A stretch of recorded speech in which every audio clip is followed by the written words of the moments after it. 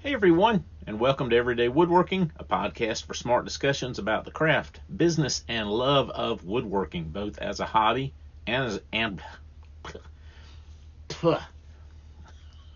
well, hello, welcome to the show. I've been working. Take 5,610. Hey everybody, and welcome to Everyday Woodworking, a podcast for smart discussions about the craft, business, and love of woodworking, both as a hobby and as a profession. I'm your host, Ricky Fitzpatrick. I am a woodworker and the owner of Apple Valley Farm, where we make handmade crafts and decor. I've been woodworking most of my adult life, and now, with Everyday Woodworking, I have the opportunity to share my experiences, my thoughts, and even my challenges with you. And I can't wait for you to join me right here for the next episode of Everyday Woodworking.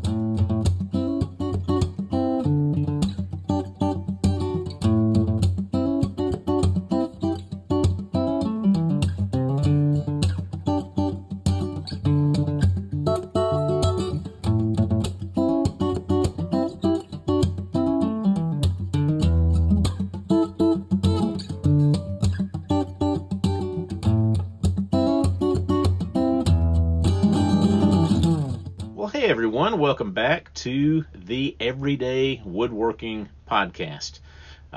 Something happened last week and I completely forgot to mention it. I don't know how I did that, but I did. You may notice that we have a different music or different intro music for the podcast. Yes, that was on purpose. It's because we are in season 2. Can you believe it?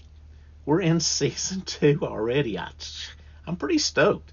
We're almost like 30 episodes deep in this. And dude, this is starting to make me think this podcast thing might just work out. Hey, I'm enjoying it. This is really cool. So I don't know how I forgot to tell y'all that last week was season 2, episode 1. So new music, new intro, blah, blah, blah. Still the same old me, though, right? Okay, 2 out of 3 ain't bad, right? But anyway, season 2, I'm really excited about that. Thank you, everyone, though, for helping us be here. Our listeners are growing. People are in touch. Things are happening. It's cool. Very cool. And if you're listening today, then you're a part of all of that. So I am so grateful. Well, today, I'm actually taking a question that I got from one of our listeners, and I'm just gonna build a whole episode here around it. It's something I get asked all the time, and you'd probably think at least part of my answer is totally expected, but other parts maybe not so much. It's probably a question you've either had maybe for me, or maybe for another woodworker, or maybe somebody's asked you. But regardless, it's something that is essential to our growth and craftsmanship. So you'll definitely want to hang out with us while we break this open. One of the most common questions I get is some variation of, how did you learn to do this? And I love talking about all the cool or interesting things I've been able to do or people I've gotten to meet.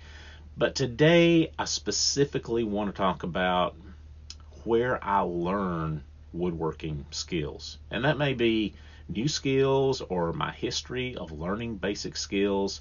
Either way, though, it's kind of one of those icebreaker questions, so it comes up a lot. And hey, if you're a beginning woodworker, or if you're starting to think about just starting to think about woodworking, maybe this will help you find some direction, for acquiring the skill set you need to start getting into the world of woodworking. So I've got 7 or 8 general places or methods to fill your brain with lots of shop knowledge. So let's just get right into it. Number 1, growing up. The first place I learned any level of woodworking was just being around it, growing up in it. And in high school, my mom loved craft stuff. This was in the 80s. She wanted to sell it at local craft fairs and festivals, and I was able to paint and letter and stuff like that. So she wanted me to paint and letter the stuff, but somebody had to build it. So my dad goes to Sears, bought a bandsaw, a radio alarm saw, a drill, and a belt sander, and said, "There you go, Ricky. There they are. Putting them on the carport. Don't cut your finger off." And that was basically it. Of course, one of the first things I did is cut like right through the middle of a knuckle with a bandsaw. But hey, it was a lesson I never forgot, and frankly, even today, that reminds me to never get my hands too close to the blade. I was never really that great at the craft of woodworking, I didn't think, but I did learn, and I got better. I got better over time, and I have to say, had my parents not made me get out there and just figure stuff out as a teenager, I probably wouldn't be doing what I'm doing today, 30 some odd years later. Number 2, friends. I am blessed. And I've said this many times on here, but I am blessed. A large part of that is because of the friends I have and I have had over the years. As an adult woodworker with a limited knowledge in the shop, my friends keep me humble and they help me grow. Thank goodness for friends like Greg Mathis or any number of a dozen other skilled craftsmen who share tools with me, they pass along wisdom, or they just let me hang out in and around their shops. Woodworking can be an inherently solitary hobby or job, and I love the alone time that I have in my work. But if you're not reaching out to friends in the woodworking community and benefiting from their knowledge and their company, then you're crippling yourself. Yeah, I mean, you are. Plus, my woodworking friends, I'm joking, but I'm not joking. My woodworking friends are some of the best humored, kind-hearted people that I know. Number 3. That's not number 3. Number 3. Number 3, my peers. And you may think peers is the same thing as friends, but that's not right. My friends are my friends. My peers may also be my friends, but not necessarily. And my friends may just be woodworking friends, but not craftsmen or business peers that can teach me at any level. Basically, I look at peers as more of my friends who happen to be in the business of woodworking in some capacity. Like you've probably heard me mention David Boardman here a couple of times, or Greg Stewart, who owns a cabinet shop down the road from us. These are guys who are my friends, but they're also head and shoulders above me in the areas of experience and equipment. So they inspire me in a lot of ways, usually by leading by example.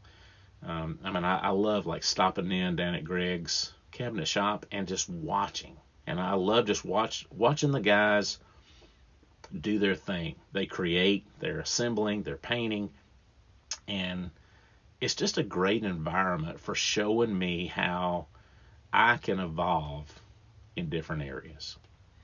Number 4, mentors. Now, this is also in the same vein as friends and peers. My mentors may be only friends or shop owners. They may be backyard or pros or somewhere in between, but to a large degree, they're a part of my woodworking world to foster improvement in me. And frankly, these may not even be woodworkers. They may be a truck driver. They may be a pastor, maybe a farmer. But what they instill in me as a mentor is a growing sense of value or responsibility. And I draw on these people for help in handling situations with, it may be money or time management or how to prioritize things or woodworking. So my advice, if you don't have a mentor in your life, find one or find many. Maybe it's your older neighbor. Maybe it's a previous employer. Hey, maybe it's your dad. But every woodworker, every one of us, period, needs a mentor in their corner. All right, that is half of our list. The first four, this is what I like to call soft teaching methods, okay? And we're going to get into more direct methods for the next four. Okay, moving on to the more practical avenues for picking up skills. Number 5, YouTube. Today, YouTube videos are the number one method for learning a new skill. It doesn't matter for woodworking, maybe it's routing a dovetail joint. Maybe it's removing a particular finish safely, or maybe it's how to make a charcuterie board, or maybe you just need help in selecting a paintbrush. Whatever it is, YouTube probably has some guy or some girl on there to tell you how to do it. We've probably got 200 plus videos on our Apple Valley Farm channel right now. And they show you how to do everything from like planting a garden to building a set of cornhole boards. So YouTube is, in my opinion, it's indispensable in our modern world. You may wind up accessing ultimately 100-year-old plan or description, but you can pull it up today via a 3-minute video on your phone. So YouTube, most definitely. Number 6, woodworking magazines. Now, this may seem crazy, especially in the day of technology that we live in. And I just finished talking about YouTube, right? So you may be thinking, what do I need with a magazine? And I get it. When my granddaddy passed away, one of the first things I wanted to keep of his was his collection of dozens of old Popular Mechanics and what used to be Mechanics Illustrated magazines from the 50s. Just timeless articles, plans, advice, stories, and he never threw one away. He had stacks of these magazines. No matter how much time passes or how tools and techniques may evolve, the basics are still the basics, and they never change. They never change. And today, I've got my own magazine subscriptions now, albeit they're digital, and I read them on my phone or my laptop. I don't get a print magazine anymore, although I will say, as a side note, I think there's something to be said for having that magazine in your hand, but I'm not going to get all into that right now. But, I do have my digital magazine subscriptions, and hey, they're full of valuable information that will make me and will make you a better, smarter, more knowledgeable woodworker. Number 7, the web. Obviously, we all browse the web a lot. Aside from the YouTube searches we do, just general search engine results will help us do, learn, or improve just about anything we need to do. And now, while I'm a fan of learning through videos, I still read a ton of blogs, and I listen to a ton of great podcasts. Hint, hint. Terms like woodworking or woodworking plans and woodworking how-to are not only some of Google's most popular search terms, but it's funny when you look at the trends for those terms, they're almost insulated from seasonal and social trends and spikes. That they're very linear. They're always popular. They're always being used to find great information for folks like us. Number 8, trial and error. Now, this is a method for learning new skills and basic skills, and it's something that sort of circles back around to my first method, and that's just learning through trial and error, or learning by doing, I guess you could say. It's a trait that seems to be waning as the years pass, and I know every older person feels like the next generation that's coming up is just like slackers. Like they're not driven. They don't have it, and we're always complaining. I get it. But we really do seem to have almost lost the willingness to just try something and then let the results be our teacher. For some reason, we think we have to crush something. We have to win it. We have to ace it. Why? That's not, yes, it's great if you can.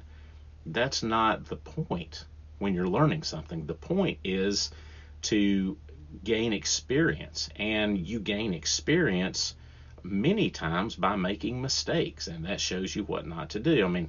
How did I learn how to swim? Okay, hey, my dad threw me in the lake without my life jacket on, and I had to swim or sink. That was it. I remember my mama on the boat dock yelling because she thought I was going to drown.